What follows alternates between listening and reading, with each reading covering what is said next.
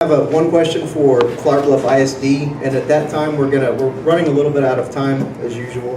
We'll formally end the Q&A session, but if any of you guys can stay, and you'd like to ask your questions, because we certainly didn't have time to get to them all, hopefully we can work that out.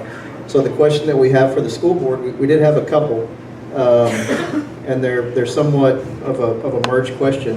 What is the one change the school can make that will attract more families with children to Flour Bluff? So, Jeff, we can start with you. Thank you. I'll say that the one change the school can make is a refocusing on academics. I'm going to bring it back to what my main priority is. The reason that I chose to bring my children back here when it was time for them to go to school, the reason that my parents decided to stay here was the quality of the school system. I went Flour Bluff from K through 12, and my kids go there, and it's because it's an outstanding school system, but we need to refocus on academics and keep it that strong. And so while it's outstanding that we've done things like the new field house and the new auditorium, we also need to do things to maintain that strength in academics.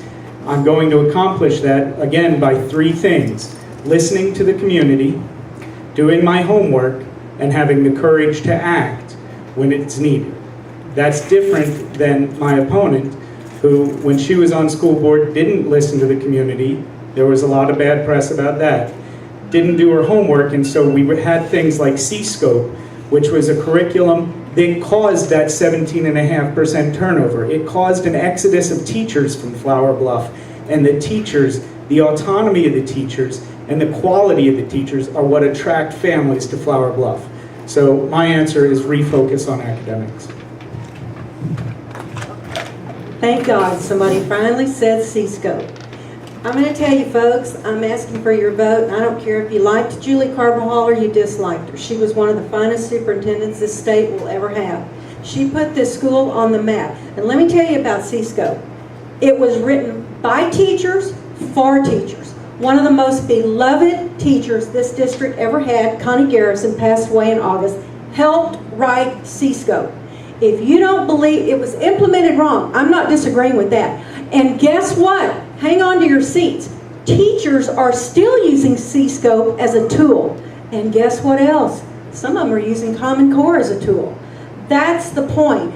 Education, curriculum is a very complex thing. You can criticize me all day long. It was implemented wrong. We tried to change that. Teachers leave for all kinds of reasons. You know, they retire, they move on to another district. C-Scope, if you have questions about C-Scope, call Dr. Artie Armandaris. He says it's probably one of the best curriculums ever written. And guess what else? It was written for school districts that cannot afford people like the Pearson Group, who are a publicly traded company and care absolutely nothing about kids. They care about their stockholders, okay? And I will argue with Dan Patrick all day long. We have an excellent school district. We have excellent academics. Ask me how I know. Mike Carroll sent his son here. You think if we had a terrible school district, Mike Carroll would send his son here? Admiral Bull, his son goes to school here.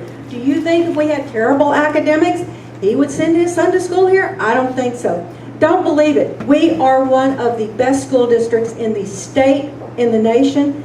Are we going to have issues? Yes. We have rectified that. We have put campus curriculum specialists on each campus to help the teachers write curriculum and you get the tools they need.